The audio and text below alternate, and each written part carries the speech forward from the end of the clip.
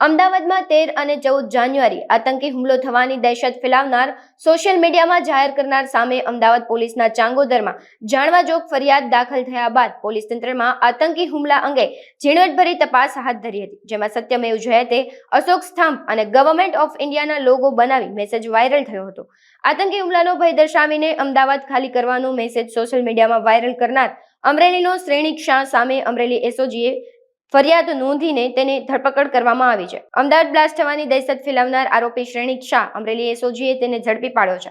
આરોપી શ્રેણિક શાહનું લેપટોપ સહિતનો મુદ્દામાલ પોલીસે કબજે કરીને ઝીણવટભરી તપાસ હાથ ધરી છે. બનાવની હકીકત એ પ્રકારની છે કે અમદાવાદના ચાંગોદર પોલીસ સ્ટેશનમાં એક જાણવાજોગ દાખલ થઈ હતી, જેમાં અશોક સ્તંભ અને ગવર્નમેન્ટ ઇન્ડિયાનો લોગો બનાવી નીચે અમદાવાદમાં 13 અને 14 તારીખે બ્લાસ્ટ થવાના છે એ પ્રકારનો મેસેજ કરી એ દિવસે અમદાવાદ ખાલી કરી દેવું એ પ્રકારનો મેસેજ વાયરલ કર્યો હતો.